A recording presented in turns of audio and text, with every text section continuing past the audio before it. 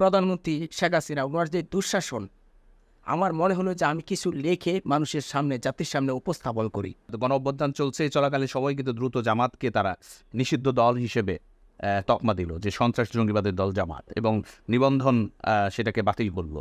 জাতীয় পার্টিরে কি করছে? গৃহপালিত গৃহপালিত এই দলটারই গৃহপালিত করে রাখছে আওয়ামী লীগ সরকার। আজমি সাহেব, ব্রিগেডিয়ার সাবেক সেনা কর্মকর্তা, তিনি কিন্তু বলেছেন যে তাকে কেন এই 8 বছর আয়না ঘরে রাখা হলো। ভোটে মানুষের ভোটাধিকার সেখানে প্রায় নাই মানুষ। অনেক অত্যাচার নির্যাতন, বিএনপি জামাতের নেতা কর্মীদের উপরে অত্যাচার নির্যাতন, জেল জুলুম, একটা অভিযান চালায় আওয়ামী লীগ সরকার।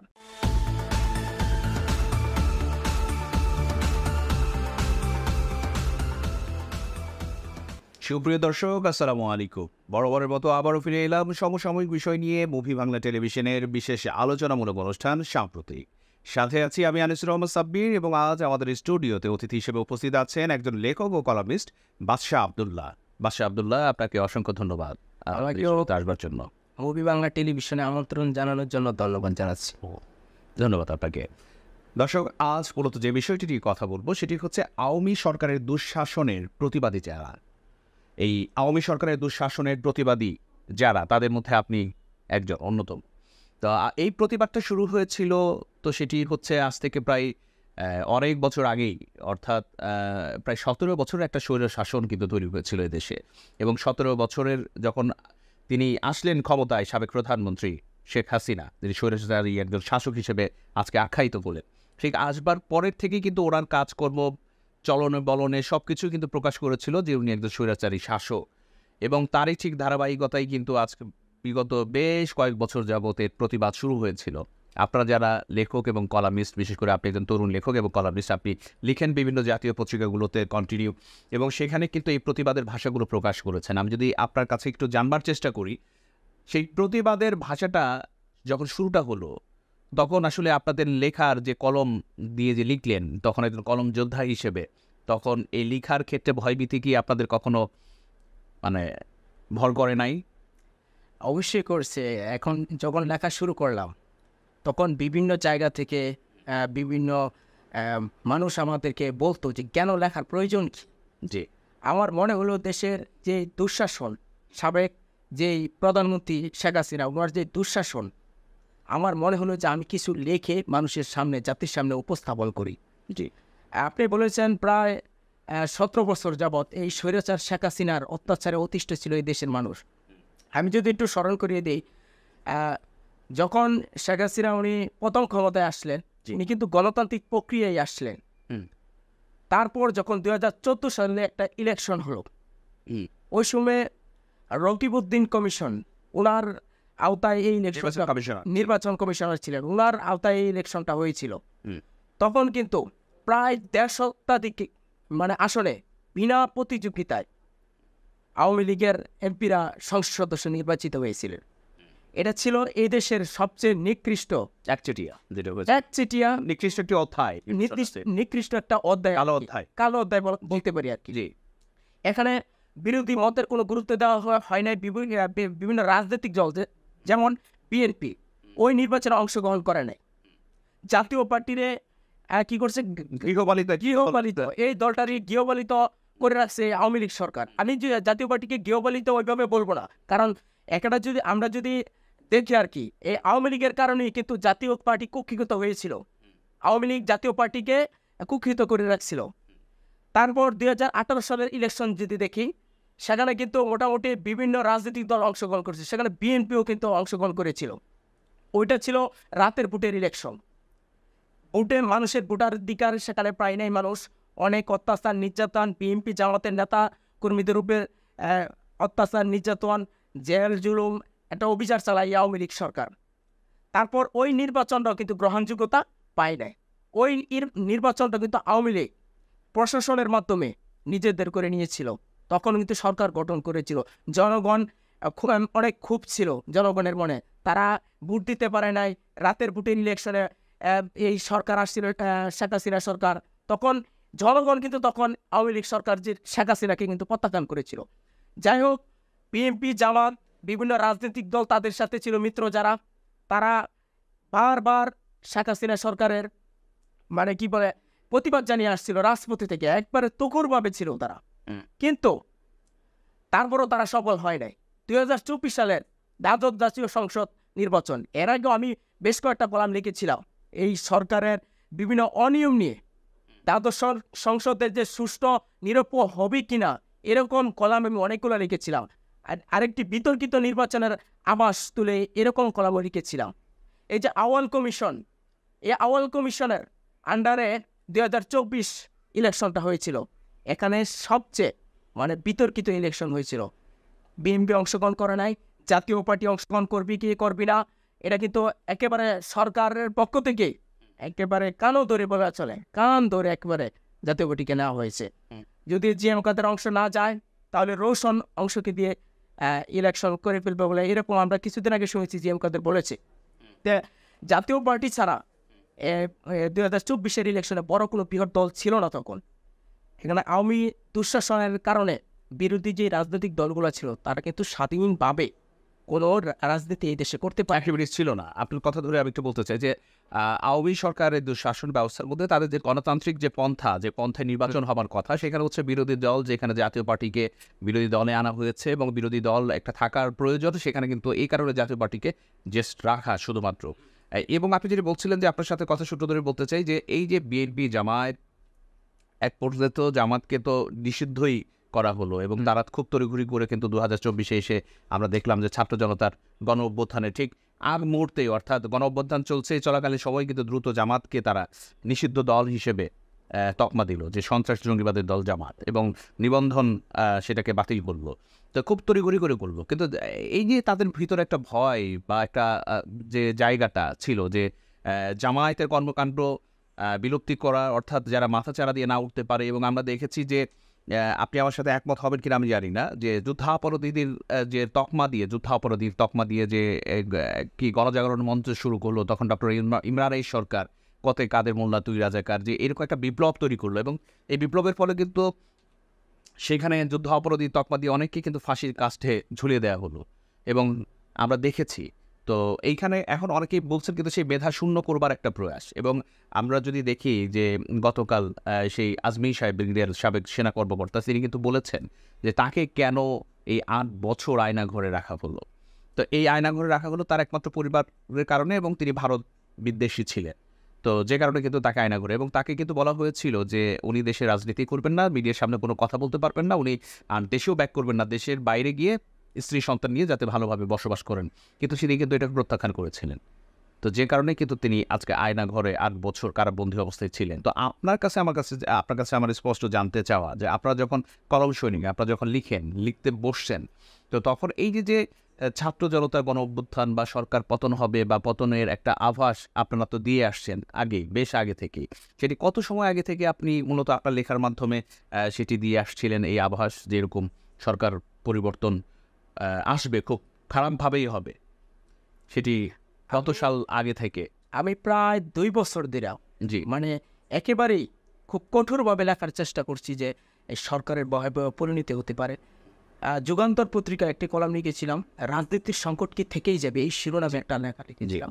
তখন আমি তুলে ধরছি ওই জায়গাতে যে রাজনীতির, আমি যাই 3 পত্রিকাও লিখেছিলাম, সংকট থেকে বের হচ্ছে না রাজনীতি, এভাবে তুলে ধরেছি যে এই আওয়ামী দুঃশাসনের কারণে বিরোধী যে রাজনৈতিক দলগুলো আছে, এই তাদের মধ্যে একটা 2 পক্ষ সৃষ্টি হয়েছে। সৌরজগতের পৃথিবীর নামক যে গ্রহ, এখানে উত্তর মেরু এবং দক্ষিণ মেরু আছে। সরকার ছিল উত্তর মেরুতে, জনগণ ছিল দক্ষিণ মেরুতে। কারোর সাথে কারোর সমন্বয় না থাকায় দেশে দুঃশাসন সৃষ্টি হয়েছিল, যে বারবার তুলে ধরার চেষ্টা করছিলাম লেখনির মাধ্যমে যে সরকারের অন্যায় অবিচার, এদেশের মানুষ অতিষ্ঠ। এই যে আয়নাঘর বললেন, এই আয়নাঘরের প্রতিষ্ঠাতা কিন্তু আওয়ামী লীগ সরকার। এটা কিন্তু এখন মানুষ বলতে শুরু করেছে। অতদিন গত প্রায় 16-17 বছর এদেশের মানুষ কথা বলতে পারে নাই, বাক স্বাধীনতা হারিয়ে ফেলেছিল, ভোটের অধিকার হারিয়ে ফেলেছিল। তখন কিন্তু মানুষের ভয় কাজ করত। আমি একজন কলম যোদ্ধা হিসাবে আমি অনেক আতঙ্কে লেখালেখি করতাম, ভয় পেতাম। যখন বড় বড় পত্রিকায় আমার লেখাগুলো ছাপা হতো, তখন মনে হতো কখন জানি আমার বিপদ আসে। কারণ এই লেখাগুলো যখন জাতীয় দৈনিক বড় বড় পত্রিকা মানুষের সামনে প্রেজেন্ট হয়, তখন কিন্তু আমি একেবারে সরকারের কঠোর সমালোচনা করে লিখতাম, আওয়ামী সরকারের এই যে নির্বাচন যে প্রক্রিয়াটা একেবারে গণতান্ত্রিক নাম দিয়েছে, খাতা কলমে শুদ্ধ ছিল গণতান্ত্রিক দেশ, কিন্তু একেবারে এই দেশে গণতন্ত্রের কোনো গ ছিল না এই দেশে। এই আওয়ামী লীগ সরকারের কারণে আমাদের যে বাংলাদেশে যে রাজনৈতিক দলগুলো ছিল একেবারে কোনো স্বাধীনতা হারিয়ে ফেলেছিল। আওয়ামী সরকার কি করেছিল, উনি প্রশাসনকে ব্যবহার করছিল। এই যে আওয়ামী সরকার কি করেছিল, থানা, বিভিন্ন অফিসার কি আইনশৃঙ্খলা বাহিনী রক্ষাকারী সদস্যদের ব্যবহার করেছে সরকার হিসেবে।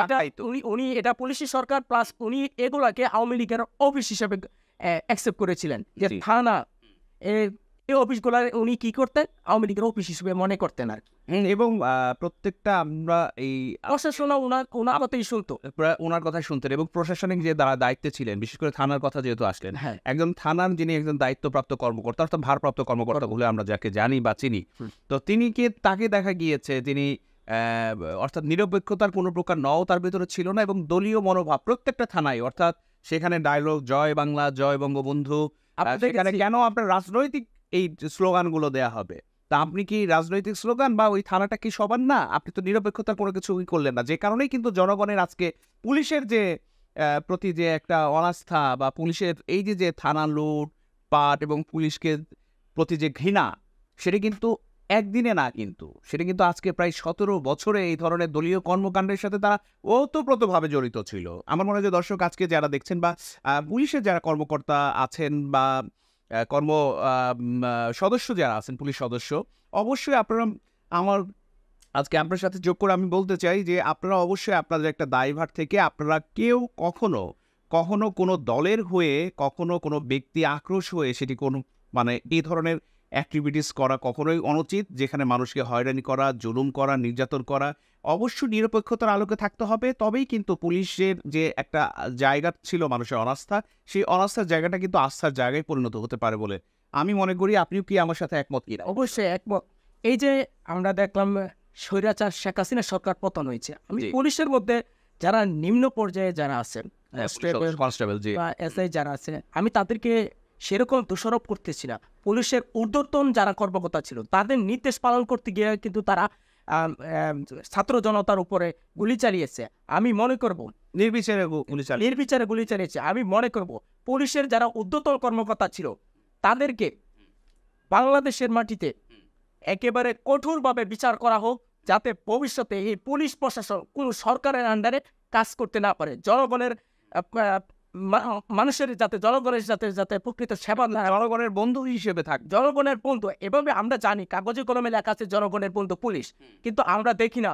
যখন আওয়ামী সরকারের নির্দেশ ছিল যে নির্বাচন আসলে, আমরা দেখছি নির্বাচন আসলে গত দ্বাদশ সংসদ নির্বাচনও দেখেছি বিএনপি জামাতের অনেক নেতাকর্মী, লক্ষ লক্ষ নেতাকর্মীকে তারা কারারুদ্ধ করেছে, জেল জুলুম দিয়েছে, গুম করেছে। এগুলো করেছে একমাত্রই আওয়ামী সরকারের নির্দেশে। আমি বলবো এই পুলিশ প্রশাসন যারা আপনার নিয়োজিত আছেন, তারা জনগণের বন্ধু হিসেবে কাজ করেন, এই রাষ্ট্রের একটা খুঁটি হিসেবে কাজ করেন। কারণ এখন আমরা যা দেখছি বর্তমানে কিন্তু প্রশাসনের অবস্থা খুব ভালো নেই, বিভিন্ন থানাতে ওই রকম কার্যক্রম চলছে না। এটা যদি ফিরিয়ে না আনা যায়, এদেশে কিন্তু চাঁদাবাজি, টেন্ডারবাজি, দুর্নীতি আরো বেড়ে যাবে, জনগণের নিরাপত্তা বিঘ্নিত হবে। এখন কিন্তু নিরাপত্তার বেশ শঙ্কায় রয়েছে জনগণ। এবং সবচেয়ে বড় কথা যদি আমরা একটু বলি, যদি রাস্তাতে আমরা বের হই বা এই যে ট্রাফিক যে সিস্টেমটা আমরা দেখেছি যে ছাত্ররা বিশেষ করে মিলিত হয়ে যে ট্রাফিকের যে ব্যবস্থাপনাটা এই ঢাকাতে দেখেছি, তারা খুব সুন্দরভাবে কিন্তু সেটি আমরা পালন করতে দেখেছি। তারা তো কোনো প্রকার কোনো কিছু আশাই করেন নাই, শুধুমাত্র নিজেদের দায়বদ্ধতা একজন দেশের সুনাগরিক হিসেবে তারা কিন্তু করেছেন এবং দেখিয়েছে যে এখানে ট্রাফিকের যে বিষয়টি আবারও আসলো, যে বিষয় হচ্ছে যে তারা যদি পারে, আমাদের ছাত্র জনতা যদি পারে ট্রাফিক সিস্টেমটাকে ডেভেলপ করতে, তাহলে তাদের ভেতরে ট্রাফিক সদস্য যারা আছেন তাদের ক্ষেত্রে যে একটা ন্যায়ের যে বিষয়টা, যে কথায় কথায় আপনার মামলা দেয়া, বিশেষ করে ট্রান্সপোর্টের মামলা দেয়া, কোথায় কোথায় মানুষকে মারা, কোথায় কোথায় জিম্মি করা, যদি ট্রাফিক ব্যবস্থাপনায় যায়, তাহলে মানুষের কাছে যে ওই আস্থার জায়গাটা কিন্তু অনেকটাই নিরাস্থায় একটা পরিণত হয়েছে। এবং আমরা ছাত্র জনতার ফলে দেখেছি রাস্তাঘাট দখল করে, যেমন রাস্তা বিভিন্ন বাণিজ্য প্রতিষ্ঠান গড়া, বিভিন্ন স্ট্যান্ড গড়া, অবৈধ স্ট্যান্ড গড়া, সেগুলো কিন্তু ছাত্র জনতা খুব কঠিন হাতে রোধ করেছে। এখান থেকে কি অনেক কিছু শিক্ষা নিয়ে আছে তো?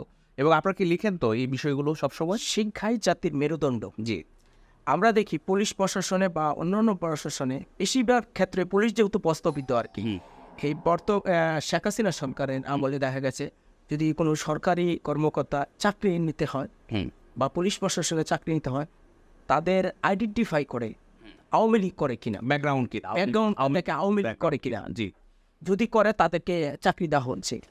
আর টাকা দুর্নীতির মাধ্যমে তাদেরকে 10 লাখ 20 লাখ টাকার মাধ্যমে তাদেরকে চাকরি দেওয়া, কোটি টাকা। এখানে এটা তো মানে একটা দুর্নীতির মানে পুলিশের যে পোশাকটা পড়তে হয়, পোশাকটা পড়তে তাদের 10 থেকে 20 লাখ টাকা দিতে হয়। এবার তো আমাদের নিজেদের ভিতরে পোস্টিং এর ক্ষেত্রেও দেখা গেছে এরকম যে টাকার মাধ্যমে তারা বড় বড় পদে যাচ্ছে। এই দুর্নীতি যদি দুর্নীতি ছিল বলেই কিন্তু এই যে শিক্ষার অবমূল্যায়ন ছিল, রাস্তাঘাটে দেখা গেছে ট্রাফিকটা অনিয়ম করছে, জনগণের হয়রানি করেছে, কারণ তাদের এই পোশাকটা পরতে গিয়ে লক্ষ লক্ষ টাকা দিয়ে পোশাকটা পরতে হয়েছে। এগুলো তাদের তুলতে হবে। তারা এই যে শিক্ষার যে প্রকৃত শিক্ষা সেটা গ্রহণ করতে পারে না।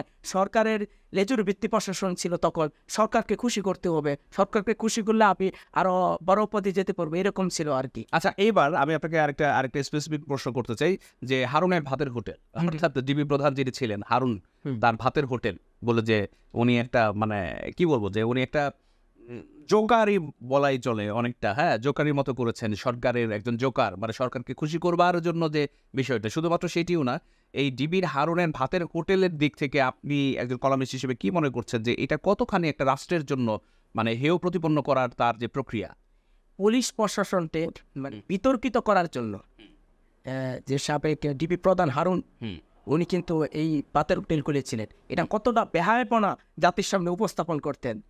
এখানে ডিবির কার্যালয়ে গেলে আমরা দেখেছি, বিগত বেশ কিছুদিন দেখেছি যে বিএনপি নেতাদেরকেও অত্যাচার নির্যাতনের পরে তারপরে এখানে নিয়ে খাওয়াতেন তিনি। এই খাওয়ানোর মাধ্যমে কি বোঝাচ্ছে, এবং তারপর সেটাকে ক্যামেরায় ভিডিও ধারণ করেছেন এবং পাবলিকলি ছেড়ে দিয়েছেন। কতটা নিকৃষ্ট হতাশা মানে মানুষের জাতির সামনে তুলে ধরছে যে এখানে কোনো ন্যায় বিচার তো হওয়ার দূরে কথা, এখানে একটা তামসার ঘর তুলে ধরেছিলেন এই ডিবির কার্যালয়টা। এবং এটা তো পুলিশের ভাবমূর্তি অবশ্যই ক্ষুণ্ণ করেছে, কারণ পুলিশ নিরপেক্ষ থাকবে, কাউকে না আদর করার জন্য, আদর যত্নের জন্য এখানে নেওয়া হয় না। এখানে পুলিশ নিরপেক্ষ থাকবে, অন্যায় অবিচার কে করেছে তার যাচাই বাছাই সেখানে হবে। এটা মানেই বোঝানো হতো যে উনি অনেক এখানে আদর যত্ন করেন। এই খাওয়ার হোটেল একটা খুলেছিলেন, বিগত কিছুদিন ধরে এই খাওয়ার হোটেলটা দেখা যাচ্ছে না। এটা মানে আমার মনে হয় পুলিশের জন্য মানে ভালো হবে আর কি, দেশের জাতির জন্য ভালো হবে। এই ধরনের ভবিষ্যতে যাতে এই ধরনের ভাতের হোটেল আর না দেখতে হয়, এবং ভাতের হোটেলের যে রাঁধুনি বা নায়ক এই ধরনের কেউ যাতে না থাকে, এই ধরনের যাতে না থাকে আর কি। আচ্ছা, ফিরবো বিরতির পর। ছোট্ট একটা বিরতির সময় হলো। দর্শক, আপনারা কোথাও যাবেন না, আমাদের সাথেই থাকুন।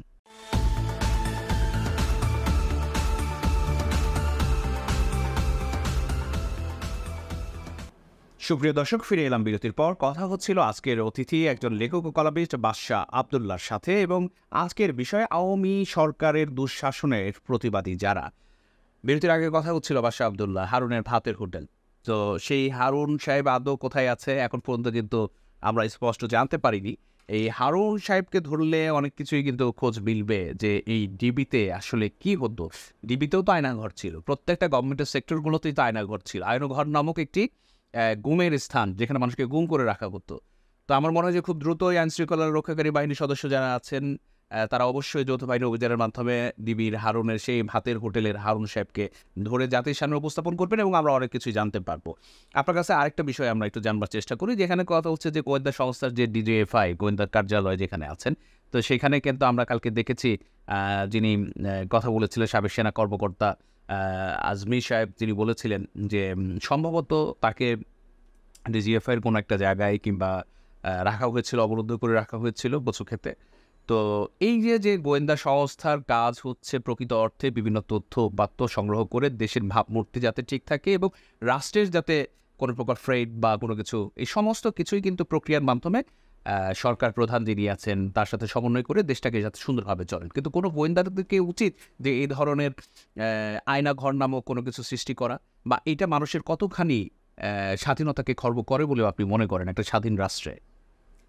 আমি প্রথমে আপনি যে শিরোনামটা করেছিলেন আওয়ামী দুঃশাসনের প্রতিবাদী যারা, জি, আওয়ামী দুঃশাসনের প্রতিবাদী এদেশের প্রতিটা মানুষ ছিল। কারণ আওয়ামী সরকারের আমলে জি, পুলিশ প্রশাসন সহ ডিজিএফআই সহ যারা ছিল তারা সকলেই সরকারের এজেন্ট হিসেবে কাজ করেছে। এই এজেন্ট হিসেবে কাজ করার কারণে জনগণের মধ্যে তীব্র ক্ষোভ সৃষ্টি হয়েছিল। জনগণ বিগত 15-16 বছর কিছুই বলতে পারে নাই। গত 1 জুলাই থেকে বৈষম্য বিরোধী ছাত্র আন্দোলনের ব্যানারে যে আন্দোলনটা সারা দেশে ছড়িয়ে পড়ে, তখন থেকে কিন্তু সারা দেশের আনাচে কানাচে বিশ্ববিদ্যালয় থেকে শুরু করে শিক্ষা প্রতিষ্ঠানের যে উচ্চ মাধ্যমিক মাধ্যমিক সকল পর্যায়ে কিন্তু মানুষ আন্দোলনে বেগবান করে। কারণ একটাই, সরকারের প্রতিটা প্রশাসন যাতে নস্যাৎ করে দেওয়া যায়। কারণ সরকারের প্রতিটা প্রশাসন কিন্তু সরকারের এজেন্ট হিসেবে কাজ করত। এই যে আপনি বলছেন নিরপেক্ষ হিসেবে কাজ করবে কেনা, আমি এটার এক কথায় উত্তর দিব, যদি তারা নিরপেক্ষ হিসেবে কাজই করত তাহলে কিন্তু এই দেশের জনগণ তাদের প্রতি ক্ষুব্ধ হতো না, এই সরকারের পতন হতো না।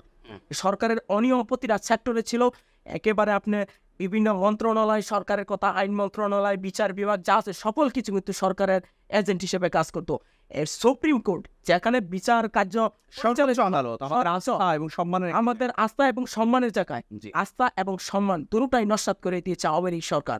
আমরা দেখেছি বিগত যে আমাদের বর্তমান অন্তর্বর্তীকালীন সরকারের যিনি আছেন প্রধান উপদেষ্টা ডক্টর মোহাম্মদ ইউনূস স্যার, ওনার কাছে একটি দাবি থাকবে, প্রথমত এদেশের মানুষের গণতন্ত্র যাতে ফিরে পায় এই ব্যবস্থা করে দেওয়া, ভোটের পরিবেশ যাতে উনি সৃষ্টি করে দেয়। কারণ বিগত এই আওয়ামী সরকারের কারণেই কিন্তু দেশের প্রতিটা সংস্থা, প্রতিটা ইনস্টিটিউট ধ্বংস করে দিয়েছে। তাই সুতরাং ওটা নিয়ে আর কথা বলতে চায় না। কারণ একটাই কারণ, এই আওয়ামী সরকারের দুঃশাসনের কারণেই কিন্তু আজকে দেশের মানুষ ক্ষুব্ধ হয়েছিল।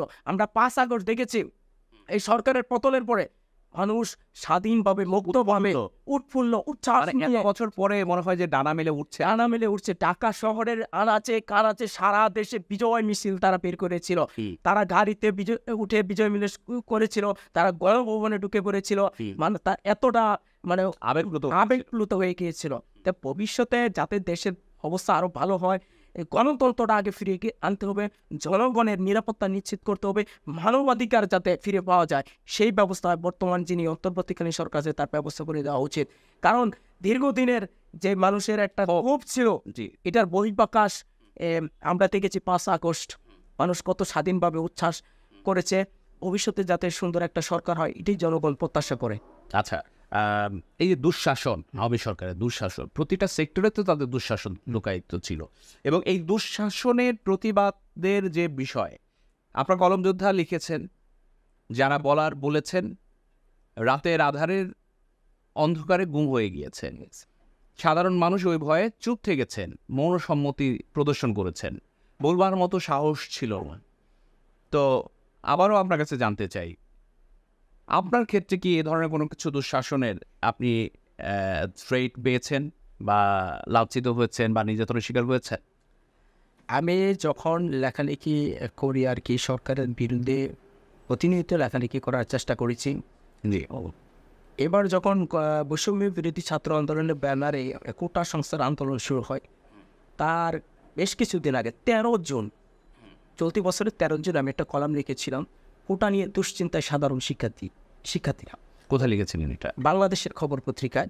এখানে আমি লিখেছিলাম, এখানে তুলে ধরেছিলাম যে 2018 সালে কিন্তু কোটা সংস্থার আন্দোলন হয়েছিল নূরের নেতৃত্বে। ওখানেও কিন্তু ছাত্র জনতা বেগবান হয়ে রাজপথে ছিল। তখন কিন্তু ছাত্র জনতার আন্দোলনের মুখে কিন্তু সরকার মেনে নিয়েছিল, যে কোটা সংস্কারের ক্ষেত্রে মেনে নিয়েছিল। কিন্তু আবার আমরা 2024-এ এসে দেখলাম আবার কোটা নিয়ে প্রশ্ন উঠেছে। তখন আমি তুলে ধরেছিলাম, যদি সরকার বর্তমান যে কোটা সংস্কার আন্দোলন হয়েছিল কিছুদিন আগে, এটা যদি প্রথম থেকে মেনে না নেয় তখন কিন্তু ভবিষ্যৎ আরো খারাপ হতে পারে। 2018 থেকে এখানে কিন্তু খুব সুন্দর একটি তার রাজনৈতিক একটা, বলবো যে একটা অপরাজনৈতিক একটা চাল দিয়েছিলেন। সেটা হচ্ছে যে বিচার ব্যবস্থার উপরে সেটি দিয়ে রাখছিলেন যে ঠিক আছে, এটা একটা বিচারাধীন বিষয়, এটার পরে দেখা যাবে। সেটা কিন্তু অনেক সময় পরে 2018 থেকে 2024 এসে যখন এটাকে বাদ দেওয়া হলো যে কোটা ব্যবস্থার বিষয়, তারপরেই কিন্তু আবার জ্বলে উঠলো ছাত্ররা। আমি সেই কথাগুলো লেখালেখি করেছি। তারপর দেখলাম 1 জুলাই থেকে আন্দোলনের লিখতে গিয়ে আপনি কোনো প্রকার থ্রেটে পেয়েছেন কিনা? হ্যাঁ, এটা আমি বলতেছি আর কি। যখন 1 জুলাই থেকে আন্দোলন শুরু হয়, তারপর আস্তে আস্তে বিশ্ববিদ্যালয় থেকে শুরু করে আনাচে কানাচে দেশের বিভিন্ন প্রান্তে আন্দোলন ছড়িয়ে যায়। তারপর আমি লিখেছিলাম কোটা আন্দোলনের সহিংস রূপগুলা তুলে ধরেছিলাম। তখন এছাড়া লিখছিলাম সহিংসতা স্থবির দেশ আর কি, বাংলাদেশ আর কি, এরকম কিছু কলাম লেখার পরে আমার একটু ভয় কাজ করছিল। কয়েকজন আমাকে বলেছিল কেন আমি এরকম লেখালেখি কেন করি আর কি, যে আমি তখন উত্তর দিয়েছিলাম এই দেশের নৈরাজ্য পরিস্থিতি আমি বলতে পারতেছিলাম যে আমি লেখনির মাধ্যমে জাতির সামনে তুলে ধরতে চাই এই যে আওয়ামী সরকার যে দুঃশাসনগুলো এইগুলো জাতির সামনে তুলে ধরেছি আমি লেখনির মাধ্যমে আর কি। যে এগুলো এখনই স্টপ হওয়া প্রয়োজন এখানেই অবশ্যই। এবং এই দুঃশাসনের একজন অন্যতম একজন প্রতিবাদী আপনি প্রতিবাদ করেছেন, আপনাকে অসংখ্য ধন্যবাদ এবং মোবারকবাদ যে আপনার প্রতিবাদ করেছেন এবং তাদেরকে অবশ্যই ধন্যবাদ যেসব গণমাধ্যম এগুলো ছেপেছে। তাদেরও তো ডিক্লারেশন বাতিল হওয়ার একটা পসিবিলিটি ছিল, তাদেরও থ্রেট ছিল, এটাও একটা গুরুত্বপূর্ণ প্রশ্ন করেছেন। যারা আমার লেখা ছাপিয়েছে জি তাদেরকে আমি অত্যন্ত মানে ধন্যবাদ জানাচ্ছি। এই কারণে তাদেরও একটা থ্রেট ছিল যে এই লেখাগুলো যখন ছাপা হয় তাদেরও ডিক্লারেশন বাতিল করতে পারত। কিন্তু এই দেশে কিছু হলুদ সাংবাদিকতার কারণে কিন্তু অনেক লেখাগুলো পত্রিকায় ছাপা হয় না। সরকারের বিরুদ্ধে গেলে পত্রিকায় লেখা ছাপা হতো না। আমরা গেছি, আমিও কিছু কিছু মিডিয়াতে এরকমও তো আছে যে সেটি হচ্ছে যে বিএনপি জামাতের কোনো নিউজই যাবে না। আমরা দেখেছি বৈষম্য বিরোধী ছাত্র আন্দোলন চলাকালীন আমরা দেখেছি 16 জুলাই রংপুরে আবু সাইদ মারা গেছেন, শহীদ হয়েছেন। তারপর থেকে আস্তে আস্তে কিন্তু মৃত্যুর সংখ্যা বেড়েই চলছে। কিন্তু আমরা দেখছি কিছু গণমাধ্যম বাতাবি লেবুর নিউজ প্রচার করছে, কৃষি নিউজ প্রচার করছে, ওইদিকে আবার কিছু কিছু গণমাধ্যম ইলেকট্রনিক মিডিয়া, নাম সর্বস্ব ইলেকট্রনিক মিডিয়া, আমি এই কারণে বলবো যে গভর্নমেন্ট দিয়েছে বা গভর্নমেন্টের দালাল যারা আছে তারা গান প্রচার করেছেন, মানে উৎসব প্রচার করছেন যে এখানে এগুলো কিছুই না, ছাত্র আন্দোলন দূরের কথা, সেখানে হচ্ছে যে কিছু আছেন এরকম মিডিয়া একেবারে শেষ, কিছু এমপি, কিছু আমি এইভাবে স্পষ্ট করে বলতে পারি বা বলতে চাই যে কিছু সেই সরকার দলীয় এমপিদের চ্যানেল বা মন্ত্রীদের চ্যানেল, হ্যাঁ, তো এরকম কিন্তু প্রচার করেছেন অসংখ্য, যেখানে গুরুত্ব দিয়ে ঢালাওভাবে প্রচার করা উচিত ছিল যে দেশের বর্তমান পরিস্থিতি কি, কারণ সেটি না করে তারা কিন্তু মিউজিক্যাল অনুষ্ঠান এটা প্রচার করেছে এই কারণেই যে যদি নিউজ সরকারের বিরুদ্ধে যায়, সরকারের পক্ষ থেকে তাদের উপরে অ্যাকশন আসতে পারে, সরকারকে খুশি করতে হবে। সরকারের লেজুর ভিত্তিক চ্যানেল ছিল এগুলো আর কি। তবে এইসব লেজুর ভিত্তিক চ্যানেলগুলো তো কিন্তু এখনই উচিত যে সেখানে এই বৈষম্যগুলো বা এই সমস্ত লোক যারা আছে তাদেরকে এখনই এটাকে বন্ধ না করে সেখানে হচ্ছে এখানে সংযোজন বিয়োজনের মাধ্যমটা ব্যবহার করা, যারা ছিলেন তাদেরকে বিয়োজন করে নতুন ভালো মানুষদের সংযোজন করে দেওয়া উচিত। প্রকৃত অর্থে যারা একজন নিরপেক্ষ সাংবাদিকতার আলোকে কথা বলবে তাদেরকে এখানে দেওয়া উচিত বলে মনে করি। আপনি কি একমত? অবশ্যই, কারণ এই বিগত যারা সাংবাদিক ছিল বেশ কয়েকটা গণমাধ্যমের উপর কিন্তু আমরা দেখেছি ভাঙচুর হয়েছে। আমরা এই যে ছাত্র জনতার বিজয়ের পরে 5 আগস্টের পরে দেখেছি বিভিন্ন গণমাধ্যমের অফিস ভাঙচুর করা হয়েছে। এটা একটা ক্ষোভের কারণে হয়েছে। এখানে খুব ছিল যে এখানে যারা বড় বড় কর্মকর্তা ছিল, সাংবাদিকরা ছিল, তারা সরকারের দালাল ছিল, সরকারের দালাল ছিল। এই দালালগুলোকে যাতে বিয়োজন করা হয়, নতুন যারা আছে, ভালো যারা আছে তাদেরকে যাতে এখানে সংযোজন করা হয়, এই কারণে কিন্তু আন্দোলন তারা খুবই বিভিন্ন অফিস ভাঙচুর করেছে।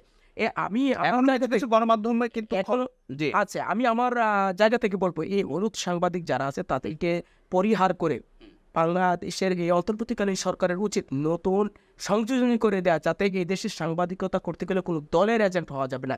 আমি আজকে প্রথম আলোর একটা নিউজ দেখলাম আর কি, যে ডক্টর ইউনূস সাহেবের বক্তব্য আর কি, সম্পাদকদের সাথে গতকাল উনি বসেছিলেন, ওখানে তুলে ধরেছেন যে স্বাধীনভাবে সবকিছু যাতে প্রচার করা হয়, যে এরকম আমি একটা এভিডেন্স দেখানোর চেষ্টা করি আপনাদের। ঠিক আছে, আপনি বললে হবে।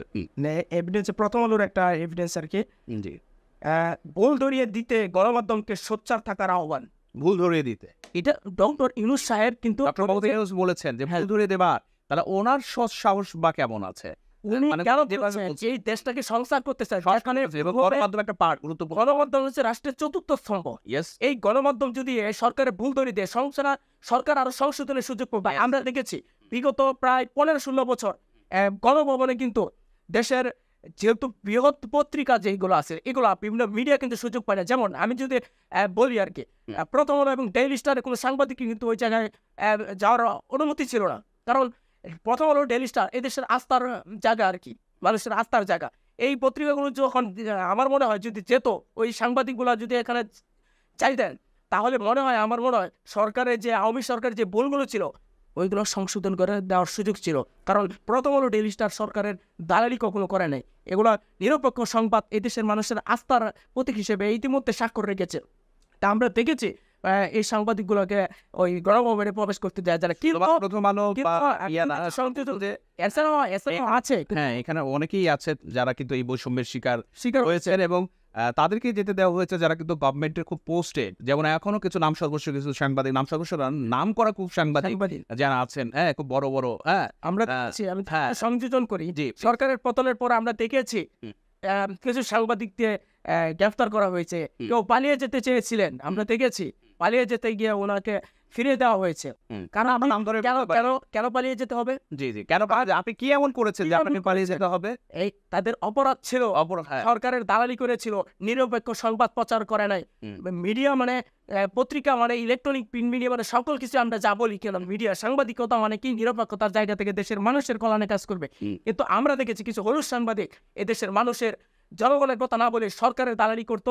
আমরা সরকারকে উৎসাহ দিত যে আপনি করে যান, সরকারকে শুধু ইয়েস বলে যেত, কিন্তু সরকারের ভুলগুলো তারা ধরিয়ে না দেওয়ার কারণে আওয়ামী সরকারের দুঃশাসন হয়েছে এই দেশে, আর আওয়ামী সরকারের পতনও হয়েছে।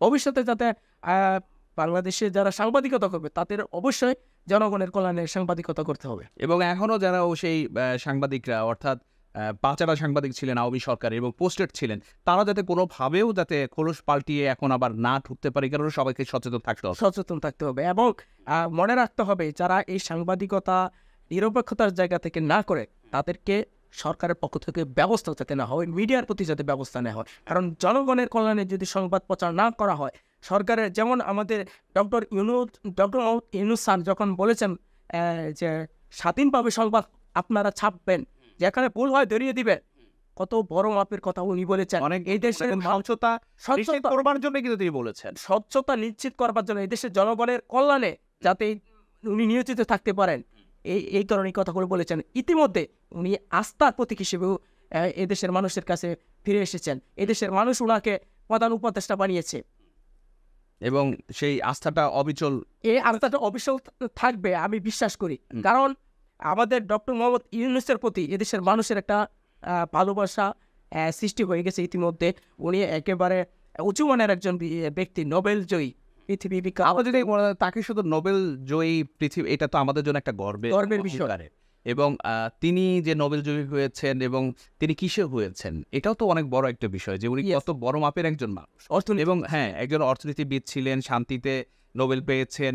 তো এখন এই যে তার যদি লাইফ স্টাইলও আমরা দেখি এবং বর্তমানে যদি দুজন উপদেষ্টা, আমরা অনেকেই এটা ভালো চোখে দেখছি না, আবার অনেকেই আমরা ভালো চোখে দেখছি যে বয়সের বলে না, যোগ্যতার বলেই কিন্তু তারা দুজন উপদেষ্টা হয়েছেন।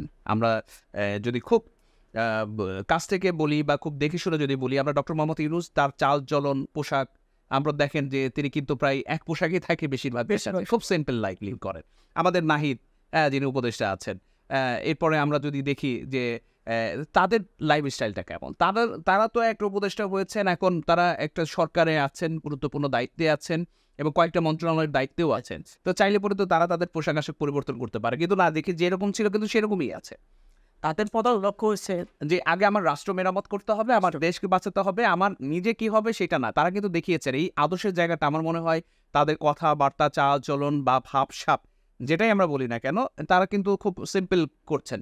এখন আমি একটু যদি পোশাক পরতে চাই, আমি একটু সুন্দর করেই করতে চাই, তাহলে তো অবশ্যই সম্ভব, কিন্তু তারা কিন্তু পোশাক আশাকে না, আগে হচ্ছে আমার দেশকে ভালো করতে হবে, দেশের মানুষকে ভালো করতে হবে, ভালো রাখতে হবে। আমার মনে হচ্ছে এই জায়গাতে, আপনি কি একমত কিনা আমি জানি না। অবশ্যই অন্তর্বর্তীকালীন সরকারের যারা উপদেষ্টা আছেন সকলেরই একটাই লক্ষ্য এখন আমার মনে হয় আর কি, রাষ্ট্র সংস্কারের যুদ্ধে তারা নেমেছেন। তাদের রাষ্ট্র দাওয়া খাওয়া ভুলে হ্যাঁ, আমি যদি একটু সংযোজন করতে চাই আর কি, যে অন্তর্বর্তীকালীন সরকারের ভবিষ্যৎ পরিকল্পনা, তারা যেহেতু রাষ্ট্র সংস্কারে নেমেছেন, প্রথমত আমার মনে হয় শিক্ষা ক্ষেত্রে সংস্কার জরুরি।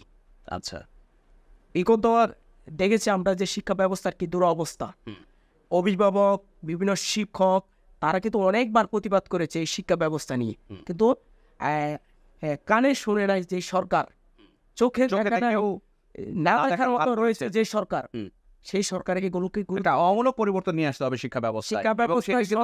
আমরা দেখছি যে হচ্ছে, কিন্তু ধাপে ধাপে সেই পরিবর্তনটা নিয়ে আসবার চেষ্টা করছেন আমরা।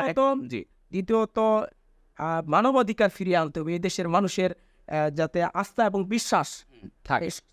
এবং এই জাতীয় মানবাধিকার কমিশনের যিনি চেয়ারম্যান, এই চেয়ারম্যানগুলো তো একটা পুতুলের মতো ভূমিকা পালন করে। তো এইসব চেয়ারম্যানকে অবশ্যই এখানে সরিয়ে, এবং সেখানে অবশ্যই একজন যিনি মানবাধিকারে বিশ্বাস করেন, যিনি নির্দ্বিধায় বলতে পারেন, যিনি কাউকে ভয় করেন না, এরকম একজন ব্যক্তি কিন্তু জাতীয় মানবাধিকার কমিশনের চেয়ারম্যান হিসেবে আমরা দেখতে চাই। নিশ্চয়ই আপনিও দেখতে চান, আমার দেশের মানুষও দেখতে চান। আমরা একেবারে আলোচনা শেষ পর্যায়ে চলে এসেছি। সবশেষ আপনার কাছে কোশ্চেন, যে আওয়ামী সরকারের দুঃশাসনে যারা এত বছর যারা শাসিত হয়েছে, দুঃশাসনের প্রতিবাদ করতে যে অনেকে কারারুদ্ধ, বরণ করেছেন, অনেকের খোঁজ এখনও মিলছে না, কোথায় আছেন, কি আছেন, এগুলোর অবসান হয়ে দেশ সুন্দরভাবে পরিচালিত হবে, এটা যেমন আমার আশা। তো আপনার কাছ থেকে সবশেষ জানতে চাওয়া, যে আওয়ামী দুঃশাসনের বিরুদ্ধে এই প্রতিবাদ স্বরূপ আজকে যে এই গণ অভ্যুত্থান হয়েছে ছাত্র জনতার, সেই গণ অভ্যুত্থানে দেশ এখন সামনের দিকে কি ধরনের অগ্রগতি নিয়ে আসা প্রয়োজন বলে মনে করছেন আপনি, যারা এখন দায়িত্ব নিয়েছেন অন্তর্বর্তীকালীন সরকার এবং তাদের উপদেষ্টারা, তাদের কি করণীয় আছে? রক্তের বিনিময়ে অর্জিত আমরা যে স্বাধীনতা দ্বিতীয় পেয়েছি, এই স্বাধীনতা যেন ব্যর্থ না হয়, বিপ্লব যেন ব্যর্থ না হয়ে যায়, সেদিকে সকলের খেয়াল করতে হবে। যদি বিপ্লব ব্যর্থ হয়ে যায়, বাংলাদেশের অবস্থা কিন্তু ভয়াবহ পরিণতির দিকে যাবে। বাংলাদেশের অবস্থা যদি ভালো করতে হয়, অবশ্যই আমি আবারও বলবো, শিক্ষা এবং অর্থনীতিতে সংস্কার করতে হবে। আমাদের অর্থনীতির অবস্থার কিন্তু দুরবস্থা, একেবারে ভঙ্গুর অবস্থা। এই অর্থনীতিকে দুরবস্থা সৃষ্টির পেছনে কিন্তু সাবেক যেই আওয়ামী লীগ সরকার ছিল, শেখ হাসিনার সরকার, এই শেখ হাসিনা সরকারের সবচেয়ে বড় অবদান। এই আমরা দেখেছি বিভিন্ন সেক্টরে দুর্নীতি হয়েছে।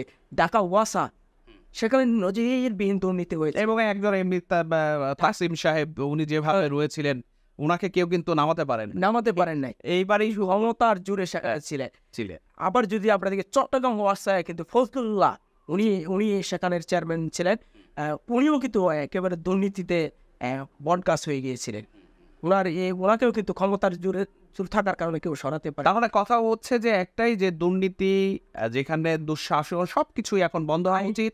এবং এটা মনে রাখতে হবে যে বাঙালি আমরা কিন্তু প্রতিবাদী, একবার প্রতিবাদ করে, যেরকম গণ অভ্যুত্থান, এর থেকেও বড় বড় গণ অভ্যুত্থান করতে পারি দেশের জনগণ। আমরা 52-র ভাষা আন্দোলনে হেরে যাইনি, 69-এর গণ অভ্যুত্থানে হেরে যাইনি, আমরা 71-এর মহান মুক্তিযুদ্ধে বিজয় অর্জন করেছি, আমরা 90-এর গণ অভ্যুত্থানে বিজয় হয়েছি, 2024-এর গণ অভ্যুত্থানে আমরা আবারও বিজয় হয়েছি। বাঙালি জাতি কাউকে উপরে উঠাতেও জানে, আবার নামিয়ে দিতেও জানে। সুতরাং দেশের ভবিষ্যৎ ভালোর জন্য সকলকে এক ছাতার নিচে এসে গণতন্ত্র ফিরিয়ে আনতে হবে, দেশের রাজনৈতিক পরিবেশ সৃষ্টি করতে হবে। বিএনপি, জামাত সহ, জাতীয় পার্টি সহ অন্যান্য দল যারা আছে, কাউকে কেউ দোষারোপ না করে আমরা সবাই একসাথে হাতে হাত রেখে দেশের উন্নয়নে কাজ করতে হবে। এবং যে এক দল আরেক দলের উপরে দোষারোপ করেছে, যেমন আওয়ামী লীগের দোষর বলা হচ্ছে জাতীয় পার্টিকে, কিন্তু বুঝতে হবে জাতীয় পার্টি যে আওয়ামী লীগের সাথে ছিল, কিভাবে ছিল, তাদের কি পিছন থেকে প্রেসার দেওয়া হতো কিনা, এগুলো খতিয়ে দেখা উচিত।